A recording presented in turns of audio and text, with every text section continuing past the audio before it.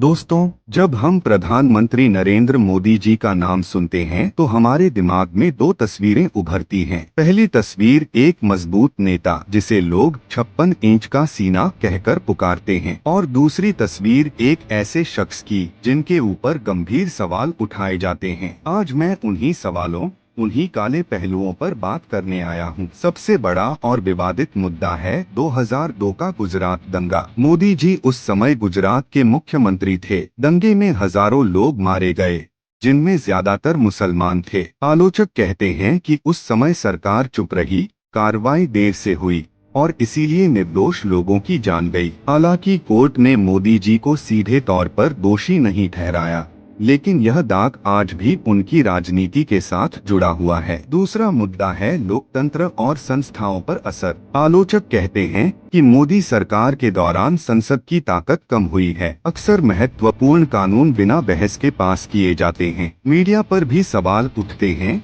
क्या मीडिया सच बोलने के लिए आजाद है या सिर्फ सरकार का गुणगान कर रहा है?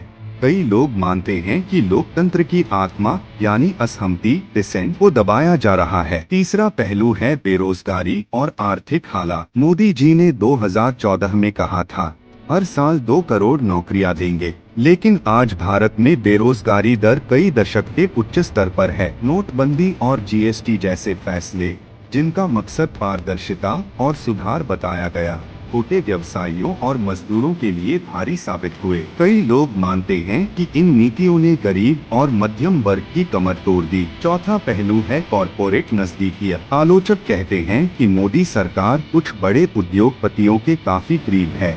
दोस्तों की सरकार का आरोप लगता है। अदानी और अंबानी जैसे नाम अक्सर इन चर्चाओं में आते हैं। सवाल यह है, क्या सरकार आम जनता के लिए काम कर रही है या कुछ चुनिंदा उद्योगपतियों के लिए? पांचवा पहलू है सांप्रदायिक राजनीति। मोदी जी और उनकी पार्टी पर आरोप लगता है कि वे हिंदू मुसलमान के बीच की खाई को और गहरा करते हैं। लव जिहाद, घर वापसी, काबर बनाम कांबड़ जैसे मुद्दे राजनीति का हिस्सा बन जाते हैं। आलोचक मानते हैं कि ये बातें समाज को तोड़ती हैं, जोड़ती नहीं। दोस्तों, यह सब बातें मोदी जी के आलोचकों की नजर से काला सच हैं, लेकिन हमें ये भी समझना चाहिए कि हर नेता की अपनी अच्छाइयाँ और कमजोरियाँ होती हैं। इतिहास तय करेगा कि मोदी जी का नाम भारत के सुनहरे पन्नों में लिखा जाएगा या विवादों की छाया में। याद रखिए, नेता आते जाते हैं, लेकिन लोकतंत्र और जनता की ताकत हमेशा रहती है। इसलिए सवाल पूछना जरूरी है,